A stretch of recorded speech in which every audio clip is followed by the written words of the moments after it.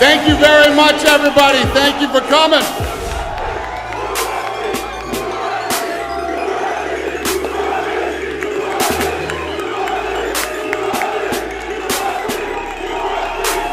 Before we get started here, I want to thank the MSG, the New York State Athletic Commission, for helping us make UFC and NYC at the MSG possible.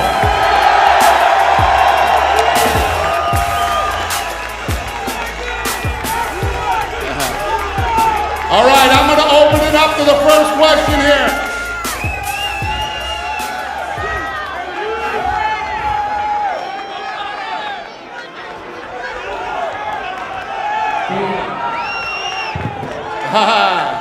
What's up, Darren?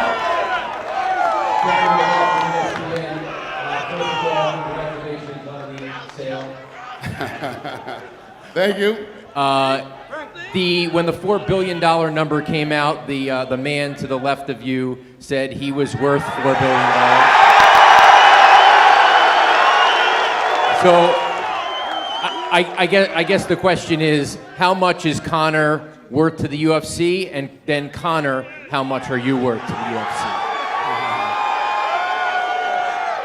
$4.2 billion. $4.2 billion. That's what I'm worth to this company. Who has the next question? Mark LaMonica from Newsday. Question for Chris Weidman in the back there.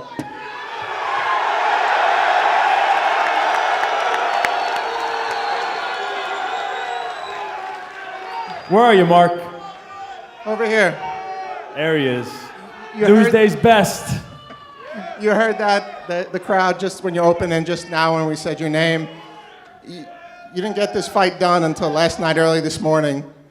Can you imagine not being a part of this card? Man, this is a dream come true. This last week, Daniel will tell you, has been crazy. We made it happen. I'm here. I've been envisioning this for so long, and we're here right now, and we got this fight in about 6 weeks, and I can't wait to come out here and fight in front of all you guys, man.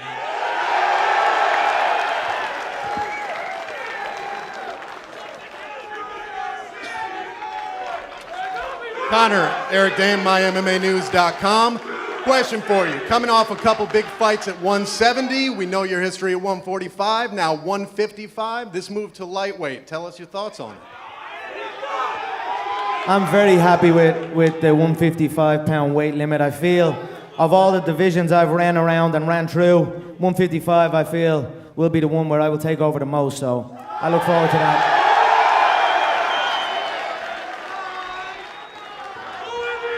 Question for Conor. Conor, after your last few fights, I'm just wondering, is Mystic Mac back? And if so, what his prediction for the next fight is? You know, I feel Eddie, I've nothing against... Careful, be careful. I've nothing against Edward. Oh what? Oh what? Careful. What you gonna do? Oh what? You gonna do something over there? Be careful. Shut your fucking mouth. I run New York. I run this whole shit. And Mystic Mac predicts I'm gonna KO you inside 1 round.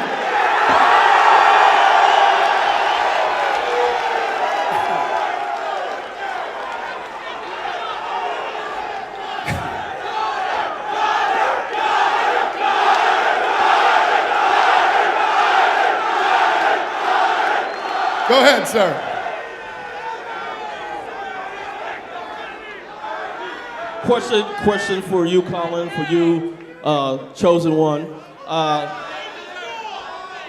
Everybody from Michael Jackson to Muhammad Ali and everybody in between has had the chance to perform at Madison Square Garden. How much are you looking forward to that? Listen, the Irish, we built this damn town. I'm saying serious. We built this city. Now we're back. Now we're coming to claim what's ours, so it's an honor to be here. Coming in here listening to all these fans. It truly is a dream come true. I cannot wait to perform for you. I'm gonna take out one of your own. I'm gonna cash your own money, but make no mistake, it's all love. The Irish love New York, and I'm honored to be here. MSG is where all the top performers perform at. All the top artists, all the top athletes. And number one, ooh, I'm getting booed. This is the first time I've been getting booed. It's actually kind of dope. But all the top performers go out there and perform at the MSG, so it's gonna be nothing different. I promise you I'm gonna break that octagon down, and I'm pretty sure all those boos are gonna turn to cheers.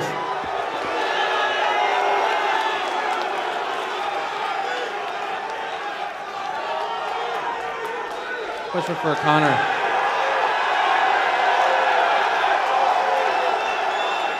Conor, a question for Conor. Can you give us an update on your leg? How serious was the injury, and was it possible that it was going to preclude you from fighting on this card? Listen, that fight was five weeks ago. I came out of that fight fresher than I went in. Look at Nate's face.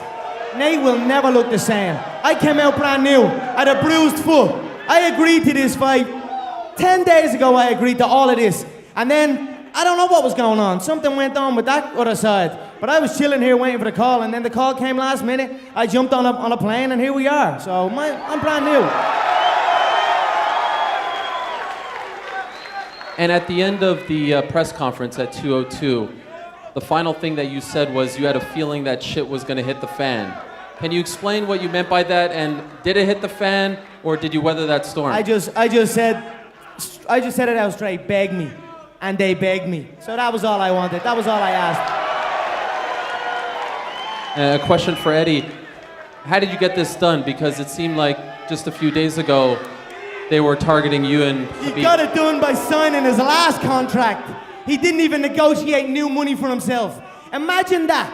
Look at everybody up here. They're all dressed like me. They're all trying to talk like me. They're all trying to be me. Everyone in the game wants this fight. This is the lottery fight. And this man took it on his last contract. Imagine that. Imagine getting the biggest fight in the history of the game and saying, shut your mouth, kid. You're getting paid what you got your last fight, and you're lucky you're even getting that. Yes, sir, and sign it. That's what happened. You done yet? You done yet? Hey, I was okay with the money. I was gonna negotiate the money. Because this guy's easy. It's easy money. Easy money. Easy. And if I could, just one more.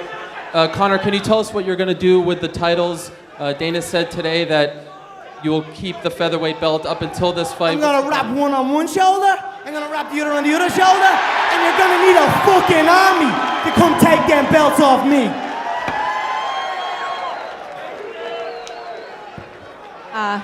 Hey everybody, Phoenix Carnivale from Everything Martial Arts. Congratulations to Dana. Thank you for putting together such a great card from everybody in New York. Thank you. Another thank you to Chris Weidman for fighting for us for a really long time. Much appreciated.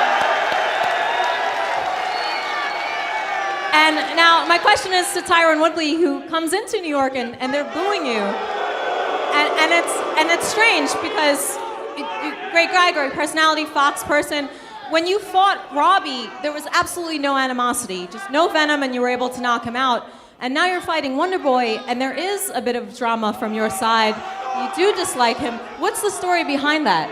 First of all, I'm gonna give the fans a chance to boo. Go ahead and boo, get it out the way. There you go. Yeah, done? All right, so first off, you can boo if you want, but it's one thing you have to call me. You have to call me the welterweight champion of the world. And I knocked out the most vicious welterweight, the fighter of the year, with fights of the year, in record-breaking time, so you have to respect me, no matter what. Number two, the first opportunity that the Wonder Boy fight was offered to me officially, I accepted the fight the first time. And I gave you a chance to boo, let me finish my statement. And my legacy, number one, does not depend on what an individual thinks of me. I'm a high-level athlete. My resume speaks for itself, and I will fight Wonder Boy November 12th, and everybody will see why I'm the best welterweight in the world.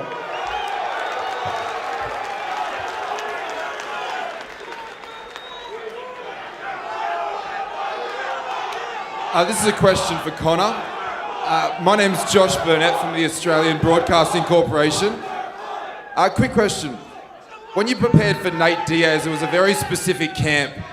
When you prepare for Eddie, will you have such a specific camp, or you go a bit more like you used to?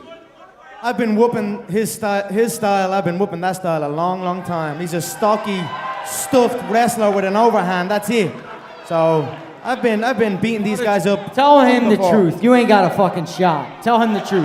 You ain't got a shot. One round you're gonna. You ain't got a shot. One round Your you're coach knows you ain't got a shot. One round. And anybody who Fuck knows you and your anything about Fuck fighting you and your knows you coach. ain't got a fucking Fuck you shot. and your coach. You ain't got a shot. Conor, one more question. You're here because you're the easiest dude in this division. That's why you're here. Conor, one more question. What did you think Take about them stupid ass glasses off. Yeah. Make me. Make me. Make me. Make me. Make me. Make me. Make me. You took them off. You took them off. Thank you. You took them off. Conor, last question. What did you think about Eddie's fight against Sonya's? I thought it was very sloppy. The shot selection was very, very poor. He got blessed. He got blessed with a lucky shot. His UFC career has been horrendous. He's very, very lucky to be in the position he is in. He understands that. That's why he took this fight on the money he was on the last fight. I mean, that says it all. And sorry to hog the microphone. Last question to Eddie. What were your genuine thoughts on the Diaz fight, Diaz-McGregor? This guy got 8 minutes of fighting him. That's it. He quits after 8 minutes every fight. He's not a championship fighter. He's never been, and he's never ever fought anyone in the UFC like me ever.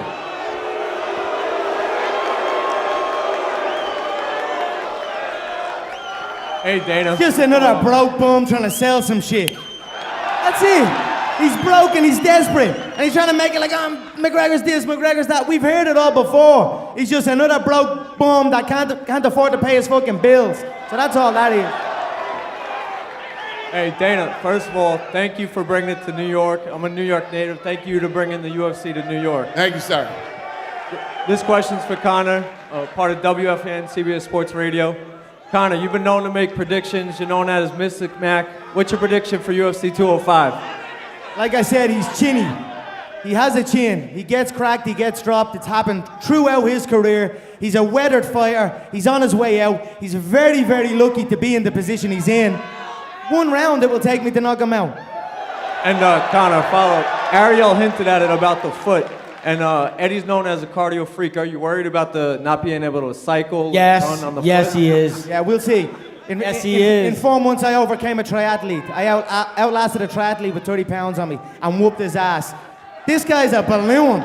He ain't no cardio machine. What are you talking about? He's blown up, one clinch, and he's gassing for air as well. He spent $300,000 on that last camp and gassed out 8 And minutes made in. $25 $300,000. And gassed out 8 minutes in.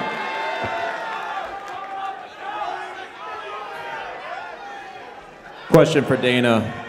I know that this card kind of was slow to materialize ultimately, we just got it kind of set up. But now that we're here at MSG and you've got this panel of fighters and champions, what is your overall estimate? Is this what you envisioned when you were thinking about coming to MSG? Yeah, absolutely. You know, when we finally got New York done and we were coming into Madison Square Garden, I wanted to bring the best card possible. And you know, if you look, and I forgot to say this too. Michael Johnson and Khabib are on this card also. How the hell did I forget that? So this is the biggest card we've ever done. I mean, if you look at the main card, 3 title fights, and the rest of the card, then you look at just the prelims are the best prelims we've ever done, the best all-around fight card ever in UFC history. Cool, thanks, man. And one question for Cowboy, and I guess.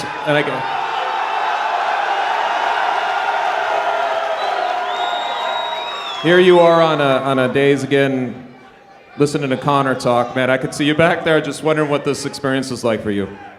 Oh man, this is New York City, man. This is Square Garden, man. I'm so pumped to be here. But listening to this Joker talk, we all just sit back here and laugh. So it is what it is. Another broke, jealous, bitter fighter. The game seems to be full of them. I've got nothing but love for everybody up here. You know what I'm saying? It's just bitterness and hate and negativity towards me because of what I'm doing, because of what I'm making. That's all that is.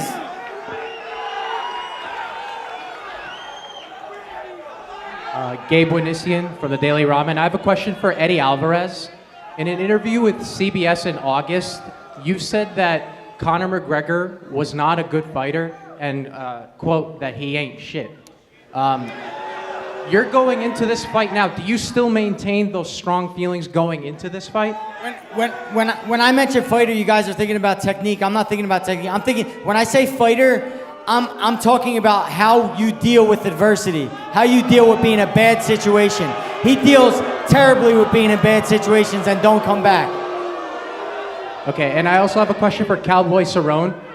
You alluded on the Joe Rogan podcast that you prefer to fight as a welterweight. You said that you're more comfortable at it and that cutting is just brutal. I mean, besides just feeling comfortable, what other advantages do you feel you get fighting as a welterweight? It just lets me eat as much as I want and drink as many beers as I want, so I enjoy being a welterweight. The cut sucks, you know, but hey, I feel good at 170, I feel good at 155, so I'm here to kick ass in both divisions. I don't care. Thank you. Steve Feudal, Asbury Park Press. My question is for Frankie Edgar. Frankie.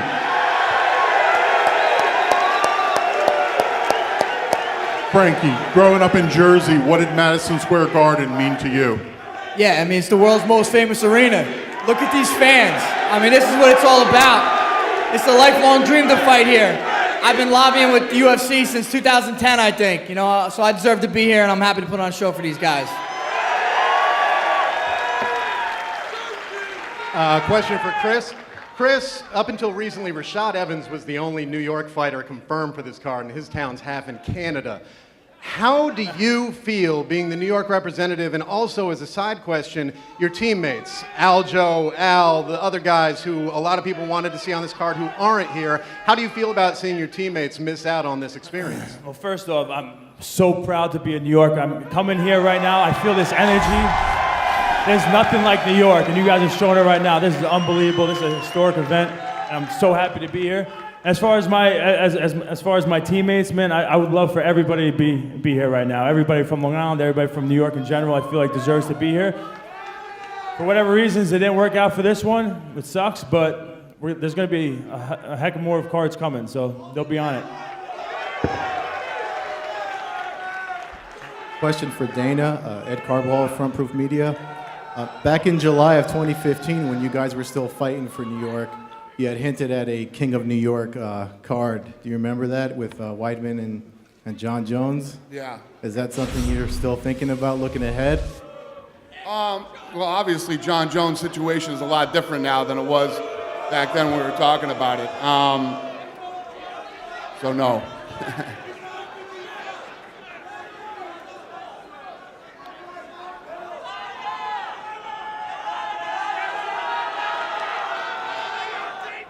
Any more questions?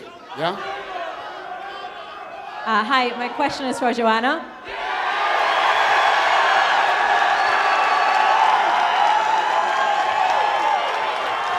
As you can see, New York loves you. Huge Polish population here in New York. What is your assessment of your opponent, and how do you get this one done? Hi guys, hello New York.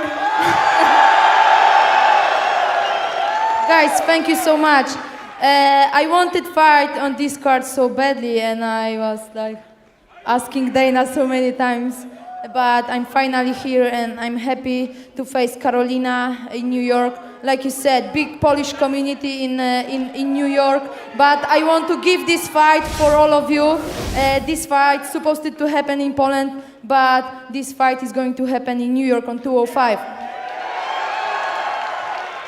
So the thing is, I asked for Carolina. She beat Rose in her last fight, so she's here, and probably Polish ladies rule the world. That's all. Carolina, what are your thoughts on facing Joanna? How do you feel that you need to prepare for her, and what is your assessment of her as a fighter? I am ready for this fight. I work for this. And I can't wait. My dreams come true. Joanna is the best on the world, and I want to fight with the best.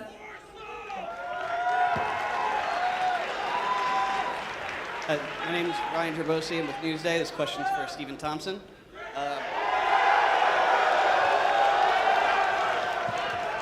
You had said before the welterweight title fight that you were more interested in fighting Robbie Lawler. Do you regret those comments now, seeing how that went? And what's your assessment of the fight going into it? Well, at the time, I thought Robbie Lawler was going to win. So obviously, he was the guy that was standing in front of me. He's the guy that had the title, the belt. So that's who I wanted to face. And whoever's got that belt is the guy that I want, man. And Tyron's got the belt. We're gonna be facing in UFC 205 right here, baby. This is my home away from home. So I appreciate all you guys. Thank you.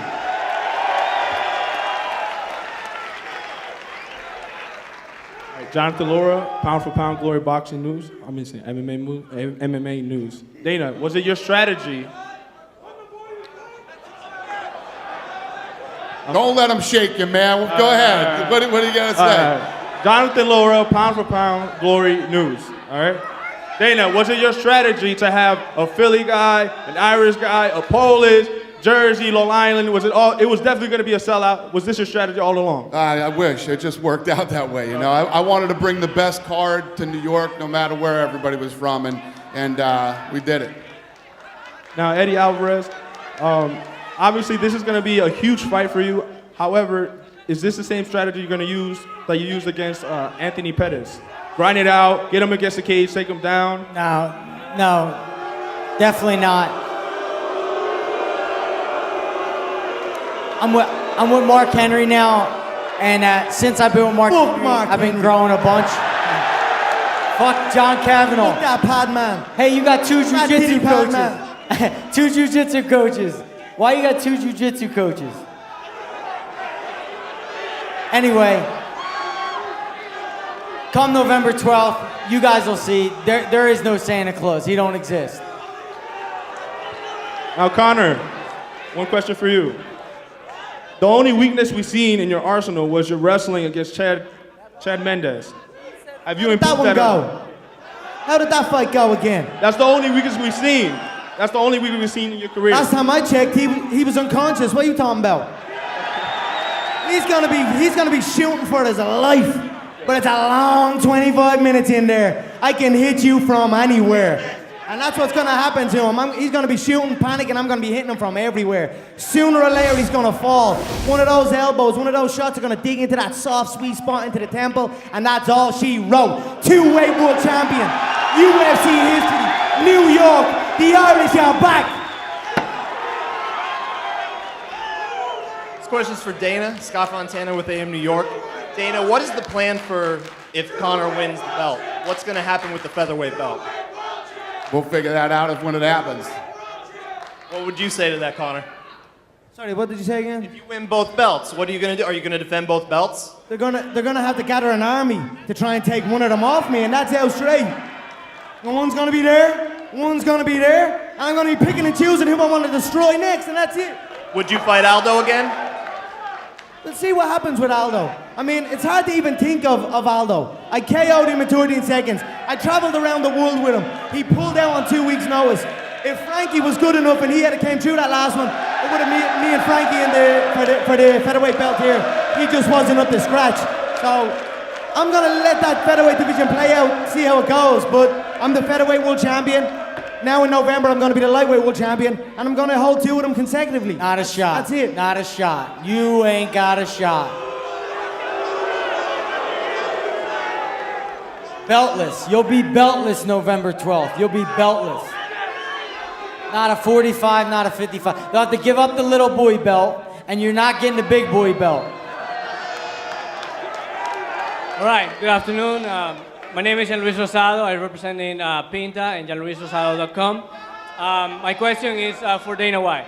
Dana, how hard was it to get it here from your point of view? How hard was it to what? To get it here, to get the event here in MSC from your point of view. Very, very, very, very, very hard. It took a very long time. Longer than it should have. I believe it's a victory for everyone. I mean, for the fans and for everyone that's here. Everybody's happy about this. Wyman, nice to see you here. Representing New York. What's your goal after this match here in New York City? My goal is to win this fight and then go fight for the belt. That's what I wanted to know. Hopefully right here in Madison Square Garden again. Hopefully I never have to leave. Thank you. Robert Exley, New York City News Service. My question is for Jeremy Stevens.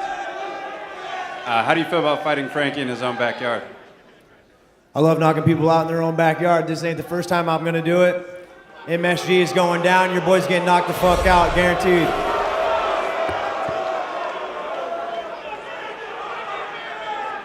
Conor, since you love talking about money, what's your expectation of what are you going to make for 205? As in, my money or the pay-per-views, or what are you talking about? I feel by the time 2016 closes out, I'll be closing in on 40 million. This is a $40 million year for me. It's been a damn good year. This is a question for Dana White. Dana, over the last 6 months, did you try and get Ronda Rousey to fight at 205? What's the question? Have I been trying for the last 6 months? Have you been trying to get Ronda Rousey to fight here? No, Ronda was going to let me know when she's ready to fight again. And hypothetically, if she did fight here, who'd be the main event? Conor or Rousey? What's that? Who'd be the main fight if she was fighting tonight? Conor McGregor or Rousey? Sit down.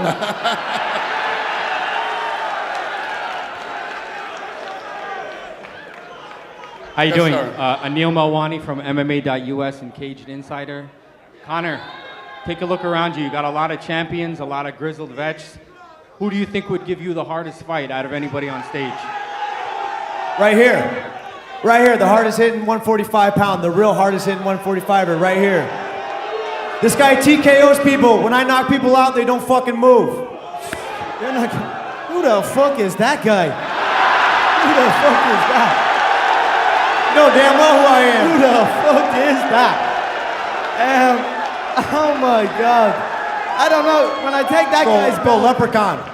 Oh, good one. When I take that guy's belt, I'm looking around. I don't know what anyone else has for me around here. I might have to jump up and fucking drag Floyd Mayweather out bed and see what the fuck he's at again. And Frankie, your first fight was in the Underground show right here in New York City.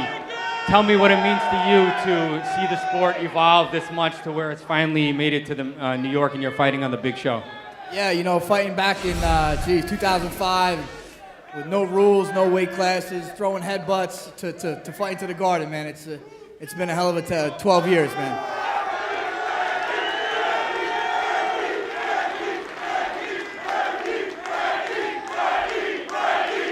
All right, I'm going to take one more question. Who's got it?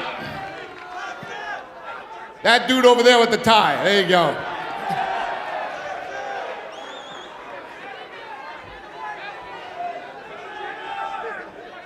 This question is for Eddie Alvarez. You've been mentioning that Conor McGregor is not a championship fighter. He only has 2 to 3 rounds. Yet in your professional career, you've only went to the 5th round twice and lost one of them. What the fuck are you talking about, motherfucker? What the fuck are you talking about? That's the champ! That's the champ! That's the fucking champ right there! Fuck you, man! Hey, what's your question? Yeah, he has a soon to tell What's you your everything question? coming up with that. I love it. I love it. My question was clearly, you've only been to the 5th round twice in your professional career and lost one of them. You're complaining that he has no gap. His no question engine. is, What the fuck why are you talking talking about? shit? That's his question. Why the fuck you up there talking shit? Say it like it is, you're blessed. You're blessed that I chose you. You're blessed that I chose to whoop your ass next. Say it like a fucking is. You were the easiest opponent that made the most money. That's the truth. Come prove it. You were my easiest opponent that made the most money. Come prove That's it. why you were I picked. could buy and sell That's your why whole you were fucking picked. town. I could buy and sell your whole bum town. Come fucking prove it. All right, listen. We're gonna run a feature here, Undeniable. It's the next season that we have coming out right now. And we're gonna clear this stuff out of here and square everybody off. Thank you, New York. We appreciate it.